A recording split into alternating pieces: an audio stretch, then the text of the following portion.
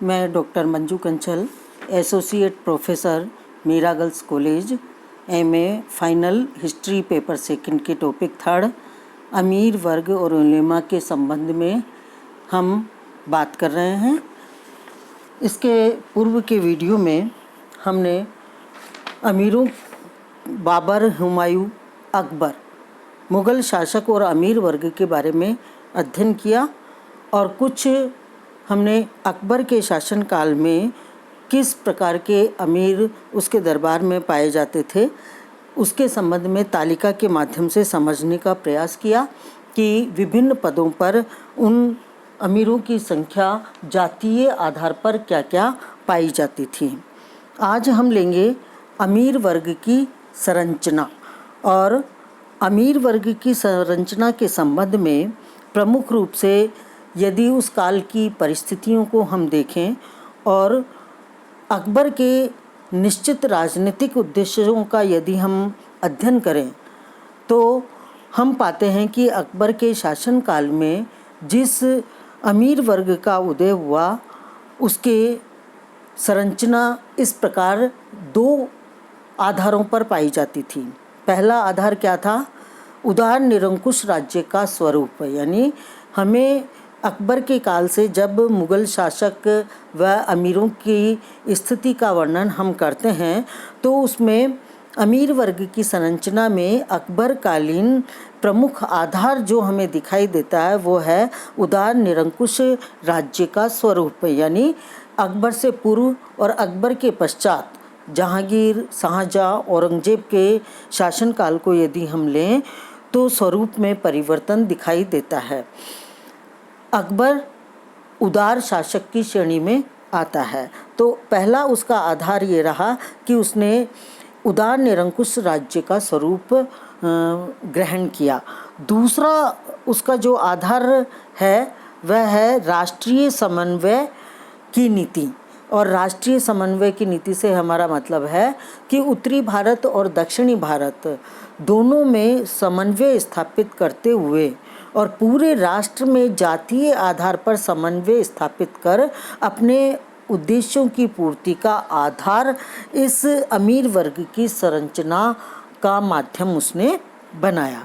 अब सबसे पहले हम लेंगे प्रमुख अमीर वर्ग, यानी अकबर, जहांगीर, शाहजहाँ और औरंगजेब के शासनकाल में प्रमुख रूप से कौन कौन से अमीर वर्ग हमें जातीय आधार पर देखने को मिलते हैं। उसमें सबसे पहले हम लेंगे विदेशी अमीर। और विदेशी या अफ़गान अमीर या राजपूत या भारतीय मुसलमान किसी भी वर्ग का जब हम अध्ययन करेंगे, इस वर्गीकरण से पूर्व ये बात आपको समझनी होगी कि इनको मैं तालिका के माध्यम से आपको समझाने का प्रयास करूंगी। और दूसरी बात, हम एक के बाद एक मुग़ल शासकों के संदर्भ में एग्जाम्पल सहित, उदाहरण सहित इन सब की बात करेंगे। तो सबसे पहले हम लेंगे विदेशी अमीर और उसके प्रमुख स्रोत जो हमें प्राप्त होता है कुछ मुस्लिम इतिहासकारों का वर्णन, भारतीय इतिहासकारों का वर्णन और इसके अतिरिक्त जो प्रमुख ग्रंथ हैं। और उसमें हम सबसे पहले हम आईने अकबरी को लेते हैं, विदेशी इतिहासकारों में मोरलैंड को लेते हैं। और इसके अलावा इन अकबर के शासनकाल से इस व्यवस्था को समझने के लिए, अमीर वर्गों की संख्या को समझने के लिए हमें मनसबदारों की सूची लेनी होगी। आप सभी विद्यार्थियों को ये पता होगा कि अकबर ने शाही सेना में और अपनी सैनिक व्यवस्था में मनसबदारी प्रथा को शुरू किया था। और मनसबदारी प्रथा के अंतर्गत विभिन्न पद दिए जाते थे और वो पद जो होते थे उसमें आपने नाम सुने होंगे, जात, सवार, अस्पा, दो अस्पा, इस प्रकार के पद होते थे जिसका विस्तृत विवरण हम अकबर के शासनकाल में मध्यकाल का जब हमने अध्ययन किया था, मुग़ल काल का जब हमने अध्ययन किया था और उसमें एक एक मुग़ल शासक के बारे में विस्तृत अध्ययन किया था, उस समय इन सबकी मनसबदारी प्रथा के बारे में, अकबर की राजपूत नीति के बारे में, शाहजहाँ औरंगजेब की विदेश नीति, राजपूत नीति, उत्तरी भारत के प्रति नीति, दक्षिणी भारत के प्रति नीति, इन सब का अध्ययन हमने किया। यहाँ पर जिन बातों का हम अध्ययन कर रहे हैं उसमें केवल हम अमीर वर्ग को ले रहे हैं और अमीर वर्ग की स्थिति सेना नायकों के संबंध में दरबार में हर शासक, मुग़ल शासक के समय क्या थी, इसको साथ साथ लेकर हम इनका वर्णन करेंगे। यानी बीच बीच में उस मुग़ल शासक की राजपूत नीति, धार्मिक नीति, मनसबदारी उसकी प्रथा और राजपूत शासकों से उनका जो संबंध रहा, उन सब के बारे में इसके अंतर्गत साथ साथ पढ़ते चले जाएंगे। तो उसमें विदेशी अमीरों के अंतर्गत आईने अकबरी से हमें एक मनसबदारों की सूची प्राप्त होती है और उस सूची के आधार पर जो विदेशी इतिहासकार है आपके अंग्रेज इतिहासकार, जिनका नाम है मोरलैंड, उन्होंने इन मनसबदारों के आधार पर ये बताया है कि कितने प्रतिशत विदेशी अकबर के दरबार में पाए जाते थे। और उसमें जो विवरण हमें प्राप्त होता है उसमें मोरलैंड का ये कहना है कि अकबर के दरबार में 70% से कुछ कम अमीर जन्म से ही विदेशी थे। यानी 70% से कुछ हम कम, यानी 69 पॉइंट समथिंग हम मान सकते हैं, और वो विदेशी थे और उनके जो परिवार थे वो विदेशों में ही थे।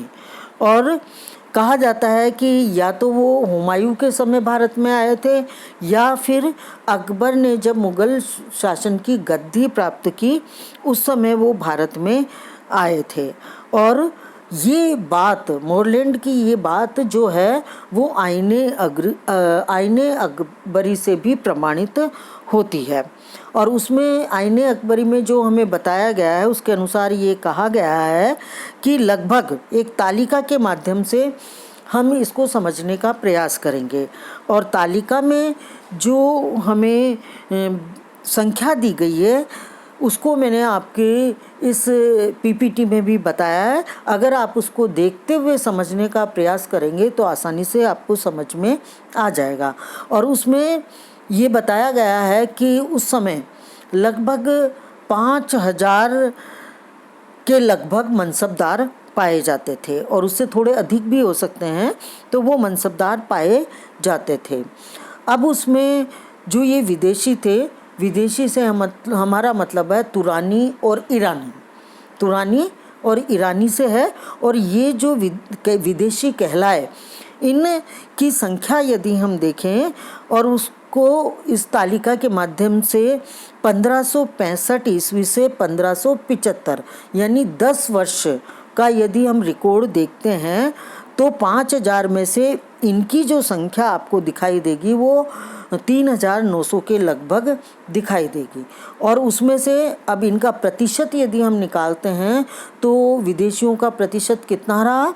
78.12% रहा। अब इससे क्या अंदाज़ा लगता है कि 10 वर्ष में इनकी जो संख्या थी वो अत्यधिक पाई जाती थी। दूसरा आप वर्ष लेते हैं 1575 के बाद का, और वो 1575 से 1595 तक का, तो 20 साल का अगर कार्यकाल यदि आप देखते हैं तो उसमें इनकी जो संख्या है वो कम होती है, थोड़ा सा अनुपात कम होता है, और वो इनकी संख्या 3900 से कितनी हो जाती है? 3210। और उससे तुरानी और ईरानी विदेशियों का जो प्रतिशत रहता है वो 64.36% उनका रह जाता है।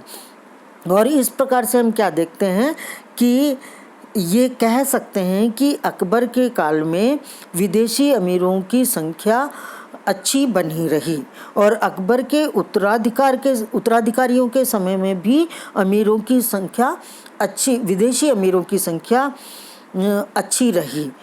अब इसके अलावा एक और जो हम देखते हैं उदाहरण, अथर अली एक इतिहासकार है, उसने कुछ आंकड़े स्पष्ट किए हैं और उन आंकड़ों से के बारे में ये कह सकते हैं कि इसके बाद के सालों में विदेशों से आने वाले अमेरिकों की संख्या में कमी हमें देखने को मिलती है। ये तो मोरलैंड का तालिका के आधार पर हमने ये देखा। अब इसके बाद यदि हम अथर अली के जो आंकड़े हैं उनको अगर प्रस्तुत किया जाए तो उसमें हम क्या पाते हैं कि इनकी विदेशी अमीरों की संख्या में कमी हमें दिखाई देती है। और विशेषकर यदि हम लें तो औरंगजेब के शासनकाल में ये हमें अधिक दिखाई देती है।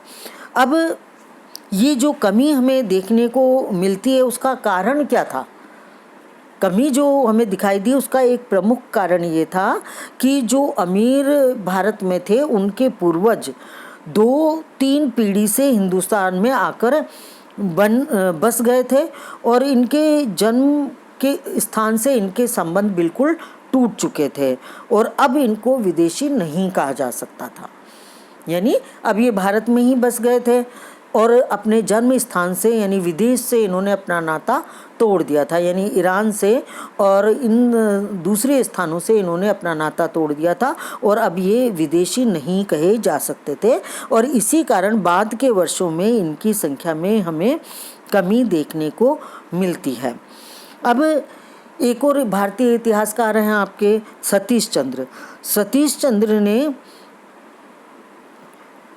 मुगल शब्द के बारे में व्याख्या करते हुए कहा है कि हम मुगल किसको कहते थे, यानी मुगल शब्द उस समय उनको कहा जाता था जो कि ईरान व तुरान से लोग यहाँ आते थे, उनको हम मुगल कहा करते थे और राजनीतिक और आर्थिक उद्देश्यों की पूर्ति के लिए ये देश से बाहर केंद्रित हो गए थे और इसी कारण इनको विदेशी कहा जाता था। और जब ये भारत आए और भारत की सेना में भर्ती होने लगे तो मुगलों ने भारत को ही अपना निवास स्थान बना लिया और यहाँ विदेश से अपना संबंध इन्होंने विच्छेद कर लिया और इनके जो परिवार थे वो भी भारत में ही रहने लग गए। और चूंकि जब ये भारतीय सेना में भर्ती हो जाते थे तो पूरे सेवा काल तक यानी अपनी जन्म से लेकर मृत्यु तक यह भारत में ही उस पद का उपभोग करते थे और इसके बाद वो वापस अपने देश नहीं जाते थे। और इसी कारण हम देखते हैं कि सांस्कृतिक दृष्टिकोण से ये मुगल दरबार अमीरों के दरबार से कोई पृथक वर्ग नहीं कहा जा सकता है। और इसमें एक और जो विशेष गिरावट के संबंध में कहा है अथर अली ने और उसका यदि हम अध्ययन करते हैं तो ये पाते हैं कि इनकी संख्या उसके 78 और 95 के बाद दिन प्रतिदिन गिरती चली गई और उसमें लगभग ये कहा जाता है कि 20 विदेशी मनसबदारों में केवल कुछ समय के बाद में 20 विदेशी ही रह गए थे, जिनमें से केवल 6 का जन्म भारत से बाहर में हुआ था। तो जब भी आप इस प्रकार का कोई एग्ज़ाम में क्वेश्चन आता है और आप आंसर देते हैं तो इस प्रकार के एग्जाम्पल देकर आपको ये बातें प्रमाणित करनी होगी। तो ये आपको विशेष ध्यान देना है। तो ये तो रहा आपके अकबर का काल। अकबर के काल के बाद विशेष रूप से मैंने अभी भी बताया कि जो ये विदेशी अमीर थे उन विदेशी अमीरों में औरंगजेब के शासनकाल में इनकी संख्या में गिरावट देखने को मिलती है हमें। अब उस गिरावट का कारण क्या था? उस गिरावट का कारण था उस समय की राजनीतिक परिस्थितियाँ और उन राजनीतिक परिस्थितियों के अंतर्गत ये कहा जाता है कि जो विदेशों में, जैसे उदाहरण के रूप में हम लें उज्बेक है, ये विदेशी उज्बेक जाति कहलाती है, और सफ़वीद, ये जो जातियाँ थीं, ये जातियाँ जो भारत में अगर ये योग्य हैं, अनुभवी हैं, तो ये भारत में इनका आगमन नहीं होता था। और उसका दूसरा कारण जो है इनकी संख्या में गिरावट आने का, पहला कारण तो था कि जो योग्य और अनुभवी विदेशी होते थे वो भारत में नहीं आते थे।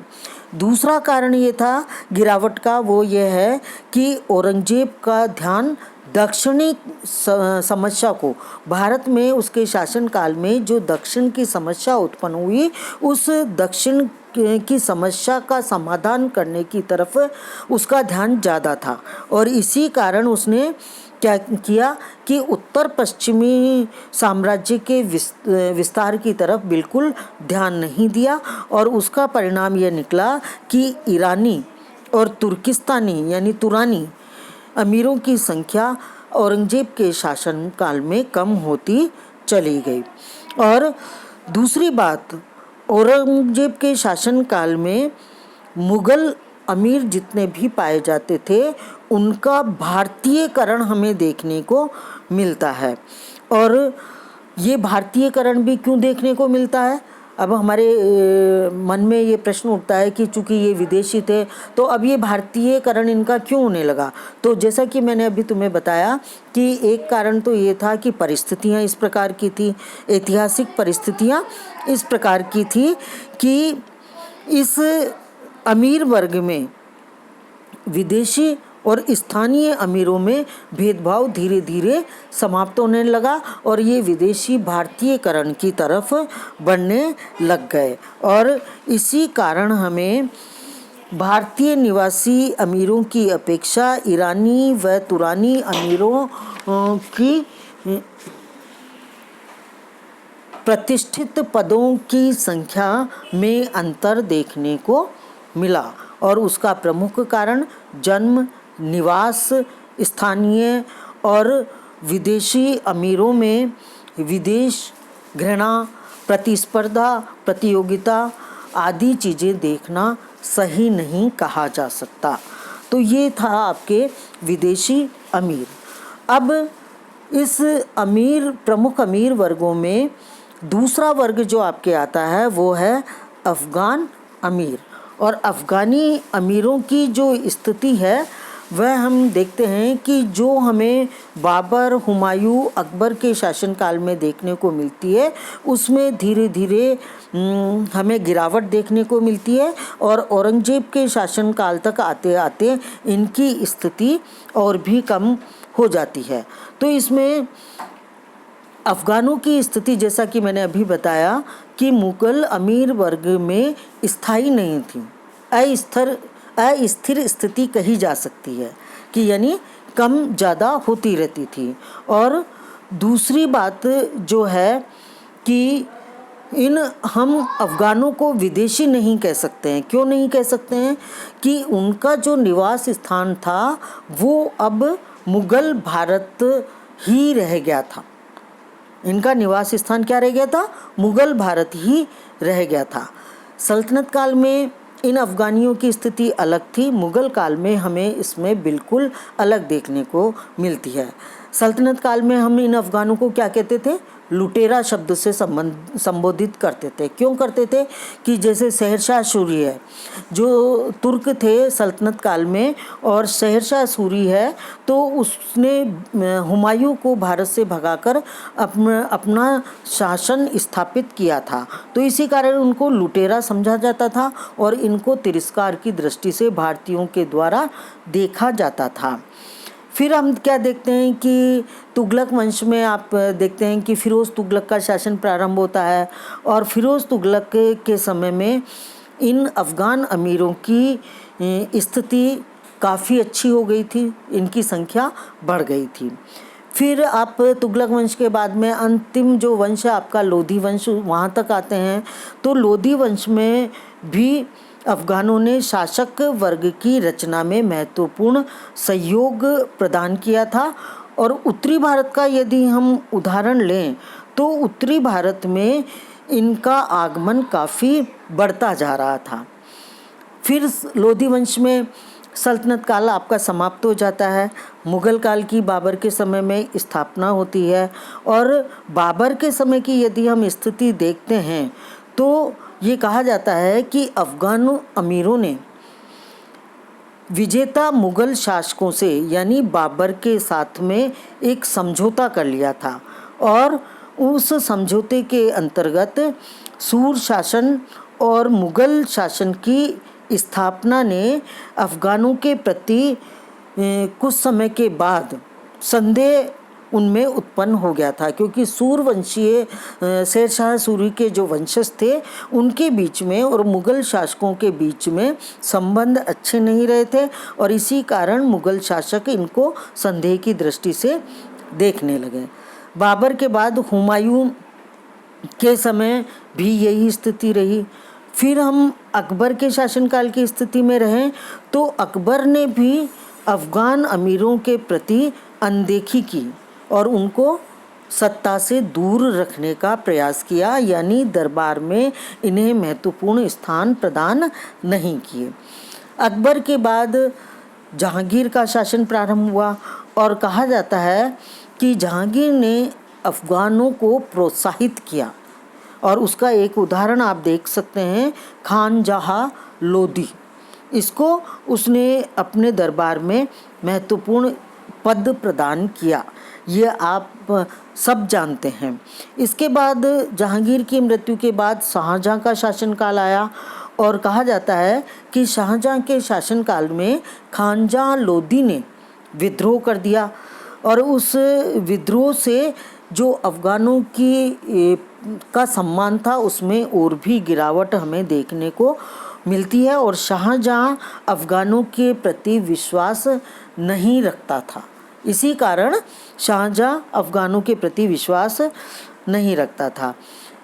शाहजहाँ के बाद औरंगज़ेब का शासनकाल प्रारंभ हुआ, और हम देखते हैं कि औरंगज़ेब ने जब शाहजहाँ के शासनकाल के समय औरंगज़ेब और उसके भाइयों में उत्तराधिकार संघर्ष प्रारंभ हुआ, तो उस उत्तराधिकार के संघर्ष की स्थिति को यदि हम लें तो उसमें अपने औरंगज़ेब ने उस लड़ाई में अफ़गानों को अपने साथ मिलाने का प्रयास किया, और उस प्रयास के अंतर्गत उस काफ़ी अफ़गान ऐसे थे जो कि कुछ दारा के पक्ष में रहे और कुछ औरंगज़ेब के पक्ष में रहे। अब उसका एग्जाम्पल यदि हम लें तो कहा जाता है कि 124 अमीरों मनसबदारों में से यदि अफ़गानों का उदाहरण लें तो 23 जो अफ़गान थे वो दारा के पक्ष में थे, और कहा जाता है कि इसी पद के लिए 87 अमीरों में से एक अफ़गान अमीर था। यानी इस आधार पर यदि हम कहें तो उत्तराधिकार संघर्ष के अंतर्गत औरंगज़ेब के पक्ष में अफ़गान नहीं थे, उनकी संख्या बहुत ही कम थी। अब एक इतिहासकार है, मुस्लिम इतिहासकार अबुल फजल मामूरी। इस इतिहासकार ने ये कहा कि जब वो औरंगज़ेब शासक बन गया तो शासक बनने के बाद वह कुछ समय तक अफ़गानों के प्रति उसने अलगाव की नीति रखी, यानी अपने पक्ष में उनको नहीं रखा। लेकिन कुछ समय के बाद जब उसने परिस्थितियों का अवलोकन किया तो वह इस बात के लिए जागरूक भी हुआ कि अफ़गानों को अधिक पद नहीं दी जाए या अनावश्यक उनके पदों की संख्या में वृद्धि नहीं की जाए, और इसी कारण इनकी संख्या कम होती चली गई। अब इस संख्या के आधार पर यानी औरंगज़ेब काल की में अफ़गान अमीरों की स्थिति क्या थी, इसको हम तालिका 2 के माध्यम से स्पष्ट कर सकते हैं। तालिका 2 जो आपके पीपीटी में यानी आपकी स्क्रीन पर है, उसको यदि आप देखते हैं तो आप देखिए कि समझने का प्रयास कीजिए कि 1658 ईस्वी से 78 ईस्वी तक, यानी 20 साल का कार्यकाल। इस कार्यकाल के अंतर्गत 10,000 मनसबदार और 5,000 मनसबदार, इस प्रकार की तालिका को हम लेकर इसका अध्ययन करेंगे। तो 20 साल में 10,000 कुल मनसबदारों की यदि आप संख्या देखते हैं अपनी तालिका में, तो वह है 486। उसमें से अफ़गानों के पास कितने पद थे? 43, यानी 43 पद केवल पाए जाते थे। और अगर 5,000 पद की स्थिति देखें तो उनके पास केवल 3 अफ़गान अमीर इस पद पर पाए जाते थे। तो इसका ये मतलब है कि पद, उच्च पद और उसके बाद के पदों की स्थिति और उनकी संख्या में भी हमें गिरावट देखने को मिलती है। इसी प्रकार से 1678 ईस्वी से लेकर 1707 ईस्वी तक की स्थिति को यदि हम देखें, यानी कम से कम 30 वर्ष के कार्यकाल को यदि हम देखें, तो हम पाते हैं कि उस समय 10,000 जो मनसबदार थे उनकी संख्या कितनी थी? 575। तालिका में आप देखें 575 उनकी संख्या थी। और अफ़गानों की संख्या और कुल मनसबदारों की 10,000 की संख्या बढ़ती है, लेकिन अफ़गानों अमीरों की जो संख्या है वो कम होती है और उनकी संख्या कितनी रह जाती है? 34 रह जाती है। और 5,000 मनसबदारी की कुल संख्या में अफ़गानों की संख्या का अध्ययन यदि हम करें तो वो उनकी संख्या केवल 10 है। तो इस प्रकार इस तालिका के माध्यम से इनका यदि अध्ययन किया जाए तो हम क्या पाते हैं कि औरंगजेब के शासनकाल में इनकी जो संख्या थी वो कम होती चली गई। और इसके बाद जब दक्षिणी भारत में इसने अपना प्रचार प्रसार किया और साम्राज्य विस्तार किया, तो उस समय हम देखते हैं कि इनकी संख्या में वृद्धि होती है। और उस वृद्धि का कारण क्या रहा? उसकी वृद्धि का कारण रहा तत्कालीन राजनीतिक परिस्थितियाँ। क्यों? क्योंकि दक्षिणी भारत में इन अफ़गानियों ने औरंगजेब की सेवा की और उसके साम्राज्य विस्तार में सहयोग प्रदान किया। तो इस प्रकार से निष्कर्ष रूप में हम ये कह सकते हैं कि दिल्ली सुल्तानों के समय में दिल्ली सुल्तानों की तरह ही मुग़लों के मन में भी अफ़गानों के प्रति प्रारंभिक काल में तिरस्कार की भावना पाई जाती थी। और ये कहा जाता है कि 17वीं शताब्दी के उत्तरार्ध में, इतिहासकार सतीश चंद्र लिखते हैं कि 17वीं शताब्दी के उत्तरार्ध में भारतीय मुसलमानों में ऐसा कोई गुट नहीं था कि जो कि जाति के आधार पर आधारित हो, लेकिन अफ़गान गुट किसी गुट के नाम से नहीं जाना जाता था, लेकिन अफ़गान अपनी जनजाति की परंपराओं को और संस्कारों को और कबीलों की एकता आदि के बारे में कुछ निश्चित मापदंड अभी भी लिए हुए थे। यानी अफ़गानों में शेर शाह सूरी ने अपना शासन स्थापित किया सल्तनत काल के बाद में, लेकिन फिर उसके पश्चात अफ़गानों में के कबीले जो थे उनमें एकता का अभाव रहा और इसी कारण वो मुग़ल सेना का विरोध संयुक्त रूप से नहीं कर पाए और उसका नुकसान अफ़गानों को हुआ। और इसी कारण धीरे धीरे इन्होंने स्थानीय स्तर पर मुग़लों के सामने विभिन्न प्रकार की कठिनाइयाँ उत्पन्न कर दिया, जिससे कि मुग़ल शासकों के मन में इनके प्रति नकारात्मक भावना आई और उन्होंने शाही सेना में इनके प्रवेश को रोक दिया। निष्कर्ष रूप में हम यही कह सकते हैं। इसके बाद हम तीसरा जो अमीर वर्ग था वो था आपके भारतीय मुसलमान। और भारतीय मुसलमानों में जिन्हें हम लेते हैं वो उनको शेख ज़ादाओं के नाम से भी पुकारा जाते हैं। किस नाम से पुकारते हैं? शेखजादाओं के नाम से भी पुकारते हैं। और उसमें भी शेखजादाओं में यानी भारतीय मुसलमानों में दो प्रकार के कबीले हमें देखने को मिलते हैं। कौन कौन से कबीले? एक है बरहा के सैयद कहे जाते हैं, और दूसरा जो कबीला कहलाता था वो था आपके कम्बुज। ये दो कबीले प्रमुख रूप से शेखजादाओं में या भारतीय मुसलमानों में पाए जाते थे। और अकबर के शासनकाल की यदि हम बात करें भारतीय मुसलमानों के संबंध में, तो अकबर के शासनकाल के उत्तरार्ध में भारतीय मुसलमानों की संख्या में वृद्धि हुई थी। इस प्रकार की तालिका का अध्ययन हम पूर्व के वीडियो में भी देख चुके हैं। लेकिन 1580-81 के विद्रोह के समय भारतीय मुसलमानों ने और राजपूतों ने, जब विदेशियों ने, अफगानों ने उसके विरुद्ध विद्रोह कर दिया था, तो भारतीय मुसलमानों ने और राजपूतों ने संयुक्त रूप से इस विद्रोह में अकबर का साथ दिया था। और इसी कारण हम देखते हैं कि बाद में दरबार में इस अमीर वर्ग का यानी भारतीय मुसलमान अमीर वर्ग का प्रभाव स्थापित होने लग गया था। और अकबर के मन में भी इनके प्रति सम्मान की भावना उत्पन्न हुई। और उसी नीति को अकबर के बाद के बादशाहों ने भी इसको जारी रखा।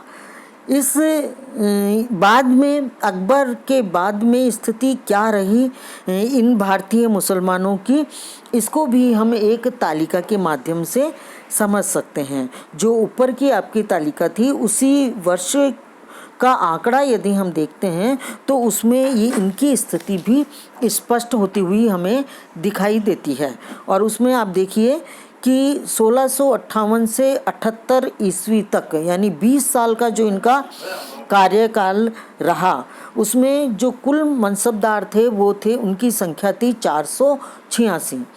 और वे भारतीय मुसलमान उसमें से कितने थे? 65। और इनका अगर प्रतिशत यदि हम देखें तो 13.4% इनका रहा। इसके बाद 1679 ईस्वी से लेकर 1707 ईस्वी तक यानी 30 वर्ष का जो कार्यकाल 22 वर्ष का जो कार्यकाल रहा, उसकी स्थिति का अध्ययन यदि इस तालिका के माध्यम से हम करते हैं तो कुल मनसबदारों की संख्या रही 575। और उसमें से भारतीय मुसलमानों की संख्या रही, मनसबदार जो बने 69 यानी 69 के लगभग इनकी संख्या रही। और उनका प्रतिशत जो रहा वो 13.12% के लगभग रहा। तो इस प्रकार से हम देखते हैं कि इनकी जो संख्या है उसमें उतार चढ़ाव हमें देखने को मिलता है। अब इस उतार चढ़ाव के कारण क्या थे, और उसमें से जो कारण इतिहासकारों के द्वारा बताए जाते हैं उसमें पहला कारण इसका उतार चढ़ाव का ये रहा कि जो पुराने परिवार थे भारतीय मुसलमानों के यानी शेखजादाओं के, जो पुराने परिवार थे उनका पतन हो गया था और उनके स्थान पर नवीन लोगों ने प्रवेश कर लिया था। और इस कारण भी इन में गिरावट हमें देखने को मिलती है। फिर भी अकबर के शासनकाल में ये जो दो कबीले, सैयद कबीला और कम्बुज का जो कबीला था, इनका प्रभावशाली स्थान हमें देखने को मिलता है। और वही दोनों कबीले औरंगजेब के शासनकाल में प्रभावी नहीं रहे, यानी ये उतार चढ़ाव हमें इनमें देखने को मिलता है। और कहा जाता है कि पहले का समय इनका अकबर के शासनकाल में ये सैयद जो वंशीय भारतीय मुसलमान थे परंपरागत रूप से मुगलों की सबसे अग्रिम पंक्ति में बैठा करते थे, यानी इनका जो पद था वो सम्मानजनक था और सबसे अग्रणी था। और इनको कहा जाता है कि ये अपने इसी कारण क्योंकि इनको अग्रणी स्थान प्राप्त हुआ था, इस बात पर ये अपने आप पर घमंड करते थे और औरंगजेब ने इनके इस घमंड को समाप्त कर दिया था। तो इस प्रकार से हम क्या देखते हैं कि औरंगजेब के समय में जो उन्होंने इस अभिमान को समाप्त किया इस कबीले के, उसका जो प्रमुख कारण था वो कारण था कि जब उत्तराधिकार औरंगजेब के और दारा के बीच में उत्तराधिकार संघर्ष प्रारंभ हुए, उसमें इन्होंने सैयदों ने दारा शिकोह का समर्थन किया था और इसी कारण औरंगजेब ने इन्हें स्वीकार नहीं किया। अब मैंने अभी आपको बताया कि एक नवीन गुट भी इसमें शामिल हुआ, पुराना गुट समाप्त हुआ, नवीन गुट शामिल हुआ। अब नवीन गुट में कौन आते हैं? तो नवीन गुट में कहा जाता है दक्षिणी भारत के प्रमुख लोग थे और दक्षिणी भारत में भी अबिसिनियाई जो जाति थी वो इसमें प्रमुख कही जा सकती है और इसमें कश्मीरी मुसलमान भी प्रमुख रूप से पाए जाते थे। तो इस प्रकार से एक तालिका के माध्यम से हमने भारतीय मुसलमानों का अध्ययन किया कि किस प्रकार से उतार चढ़ाव हमें देखने को मिलते हैं। अब इसके बाद प्रमुख स्थिति जो हम देखते हैं वो है आपके राजपूतों की, और राजपूतों में आप देखिए कि अकबर के समय में मैं कई बार आपको कह चुकी हूँ कि अकबर की जो नीतियाँ थीं, राजपूत नीति को लें, धार्मिक नीति को लें, मनसबदारी प्रथा को लें, तो वो उसकी नीतियाँ जो थी मुग़ल कालीन नीतियों की आधारशिला रही है। और अगर हम देखें जब मुस्लिम साम्राज्य भारत में स्थापित नहीं हुआ था तो उसके पहले भी उत्तरी भारत में राजपूत शासक वर्ग के रूप में भारत की बागडोर को संभाले हुए थे। और राजस्थान का यदि हम उदाहरण लें तो राजस्थान में विभिन्न राजवंश थे, जिसमें आमेर का राठौड़ वंश है, सिसोदिया वंश है और इस प्रकार गुहिल वंश है। ये उत्तरी भारत में प्रमुख रूप से प्रभावशाली थे और शासन की बागडोर इन्होंने अपने आप में संभाल रखी थी। और इसी कारण हम देखते हैं कि जब तुर्क शासन स्थापित हुआ तो मुसलमानों को और गैर मुसलमान वर्ग में हमें फ़र्क दिखाई देता है, लेकिन अकबर के शासनकाल में मुस्लिम और गैर मुस्लिम वर्ग में अपने उद्देश्यों की पूर्ति के लिए मिश्रण किया गया, समन्वय किया गया और वो एक महत्वपूर्ण कदम और दूरगामी कदम अकबर का कहा जा सकता है। अब इसमें अगर हम आईने अकबरी का उदाहरण लें अकबर के शासनकाल में और उसमें अगर स्थिति को देखें तो हम उदाहरण के रूप में यदि आप लें तो जो आंकड़े हमें उपलब्ध होते हैं अकबर के काल के 1575 ईस्वी से 95 ईस्वी तक, यानी 20 वर्ष के कार्यकाल में हमें 500 तथा इससे अधिक के कुल 184 मनसबदारों में से राजपूत मनसबदारों की संख्या जो थी वो लगभग 27 के आसपास देखने को मिलती है। तो अकबर के शासनकाल में ये परिवर्तन हमें इसी कारण उसकी नीतियों के कारण ही देखने को मिलता है। अब जहांगीर के शासनकाल का यदि हम अंतर जहांगीर के शासनकाल को यदि हम देखते हैं तो उसमें राजपूत राजाओं की प्रतिष्ठा और महत्व का अनुमान हम इस बात से लगा सकते हैं कि जो सैनिक अभियान जहांगीर ने अपने शासनकाल में किए उसमें राजपूत सैनिक दलों ने बहुत ही महत्वपूर्ण भूमिका निभाई थी। उदाहरण आप यदि लेते हैं तो उदाहरण के रूप में बीकानेर के शासक राय सिंह, जोधपुर का शासक सूरज सिंह और बाद में गज सिंह, मेवाड़ का राजा करण सिंह, ये इनको जहांगीर के शासनकाल में 5000 मनसब प्राप्त था। कई राजस्थान के ऐसे उदाहरण भी मिलते हैं जिसमें आमेर के शासक मान सिंह को 7,000 मनसब और राजा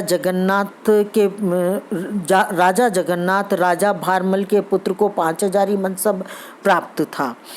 और इस प्रकार से हम देखते हैं कि इन्हें जहांगीर के समय में भी महत्वपूर्ण पद प्राप्त था और सम्मान प्राप्त था। इसके बाद हम शाहजहां का शासनकाल लेते हैं। तो शाहजहां के शासनकाल में ये कहा जाता है कि उसने मेवाड़ के साथ उसकी युद्ध की स्थिति बनी रही थी और उसने कई मामलों में, यदि हम उदाहरण के रूप में देखें तो धार्मिक कट्टरता भी अपनी दिखाई थी। फिर भी उसके शासनकाल में राजपूत मनसबदारों की संख्या में वृद्धि हुई और इन्होंने मुगल अमीर वर्ग में प्रभावशाली अपना पद और सदस्य के रूप में ये कार्य करते रहे। तो ये शाहजहां के शासनकाल की स्थिति पाई जाती थी। इसके बाद हम लेते हैं औरंगजेब के शासनकाल की स्थिति। और औरंगजेब के बारे में आप सभी जानते हैं कि औरंगजेब के बारे में ये कहा जाता है कि वह एक कट्टर सुन्नी मुसलमान था और वो अपने व्यक्तिगत जीवन में भी इस्लाम के सिद्धांतों का पवित्रता के साथ पालन करता था और उसने उस काल की राजनीतिक दृष्टिकोण और समसामयिक परिस्थितियां और आवश्यकताओं के अनुसार अपने शासन का कार्य किया और निर्माण किया। इसके बाद औरंगजेब के शासनकाल में यदि राजपूतों के महत्व के बारे में यदि हम देखें तो हम पाते हैं कि प्रारंभिक सालों में, औरंगजेब के शासन के प्रारंभिक सालों में उसने राजपूतों के प्रति उदारता और सहयोग की नीति अपनाई। और ये भी मैंने अभी आपको बताया था कि जब उत्तराधिकार संघर्ष हुआ था तो औरंगजेब ने राजपूतों को अपनी तरफ मिलाने का भी प्रयास किया था। और उसमें यदि कुछ उदाहरण हम लें तो कहा जाता है कि मारवाड़ का शासक जसवंत सिंह, आमेर का जय सिंह, जब उत्तराधिकार युद्ध हुआ था तब वह शाहजहां के पक्ष में थे, औरंगजेब के पक्ष में नहीं थे। लेकिन फिर भी कहा जाता है कि उसने कुछ समय के बाद उनके साथ उदारता का व्यवहार किया और अपने पक्ष में उनको करने का प्रयत्न प्रारंभ कर दिया। और उसका उदाहरण हमें मिलता है महाराणा के पुत्र कुंवर सिंह का, और सरदार सिंह जिनका नाम था वो औरंगजेब के पक्ष में रहे। जब शुजा के साथ उसका युद्ध हुआ, खजवा का युद्ध, तो उस समय इनके पक्ष में सरदार सिंह रहे और इसी कारण औरंगजेब ने इनका मनसब बढ़ा दिया था और इनको 6,000 जात और 6,000 सवार और 1,000 दुअस्पा और अस्पा का पद इनको प्रदान किया था। और इसके अलावा ये कहा जाता है कि इनको मेवाड़ में पुर, भीलवाड़ा के पास जो पुर है वो, और मांडल, और इसके अलावा डूंगरपुर और बांसवाड़ा जो परगने हैं वो महाराणा को खुश होकर प्रदान कर दिए थे। तो इस प्रकार से हम देखते हैं कि औरंगजेब ने राजपूतों के महत्व को समझा था और इस उत्तराधिकार संघर्ष में जसवंत सिंह के प्रति भी अपनी नीति में परिवर्तन किया था। और कहा जाता है कि धर्मत युद्ध के बाद, धर्मत का जो युद्ध हुआ इनके बीच में उत्तराधिकार संघर्ष में, तो उसके भाइयों के बीच में, तो औरंगजेब ने जसवंत सिंह को अपने पद पर बने रहने दिया था। और कहा जाता है कि जय सिंह से भी मध्यस्थता करके उन्होंने अपने संबंधों को सामान्य बनाने का प्रयास किया था। और जसवंत सिंह के पास 7,000 जात, 7,000 सवार, 5,000 दुअस्पा और 6 अस्पा का पद उन्होंने रहने दिया और गुजरात की सूबेदारी भी उनको प्रदान की। बल्कि उन्होंने जसवंत सिंह को ही नहीं, बीकानेर के रावकरण को भी औरंगजेब ने क्षमा किया और उनके पहले के पद पर उनको आसीन कर दिया था। इसी प्रकार का उदाहरण, एक और उदाहरण हमें मिलता है। बूंदी के राव छत्रसाल और कोटा के मुकत सिंह ने भी औरंगजेब के विरुद्ध युद्ध किया था और अपनी जान उसमें गंवा दी थी, लेकिन औरंगजेब ने इन राजघरानों के साथ भी कभी भी उदारता का व्यवहार किया और उनके उत्तराधिकार संघर्ष में किसी भी प्रकार का हस्तक्षेप नहीं किया। अब ये चार अमीर वर्ग प्रमुख रूप से जिनका विवरण मैंने आपको तालिकाओं के माध्यम से समझाने का प्रयास किया, विदेशी अमीर, अफ़गान अमीर, भारतीय मुसलमान और राजपूत। अब इन सब का यदि हम निष्कर्ष निकालते हैं तो इससे ये प्रतीत होता है कि परिस्थितियों के अनुसार और समसामयिक आवश्यकताओं के अनुसार सभी शासकों ने, चाहे वह कट्टर हो चाहे उदार हो, राजपूतों को महत्वपूर्ण पदों पर आसीन किया। और बर्नियर महोदय भी ये कहते हैं कि अमीर वर्गों में राजपूतों की स्थिति अत्यंत प्रभावशाली थी और औरंगजेब ने उनके प्रति सहयोगपूर्ण नीति ही अपनाना उचित समझा था। तो इसके साथ ही ये आज का जो आपका इस टॉपिक का एक प्रमुख हिस्सा था कि इन शासकों के समय में 2 वीडियो के माध्यम से बाबर से लेकर औरंगजेब तक के शासनकाल में इन शासकों ने अमीर वर्ग के साथ इनके किस प्रकार के संबंध पाए जाते थे, संख्या में किस प्रकार से उतार चढ़ाव हुआ और किस प्रकार से परिस्थितियों के अनुसार अपनी नीतियों को इन्होंने परिवर्तित किया, इन सब का मैंने इन सबको समझाने का प्रयास किया और इस आधार पर इसको तालिकाओं के माध्यम से आप आसानी से समझ सकते हैं। धन्यवाद।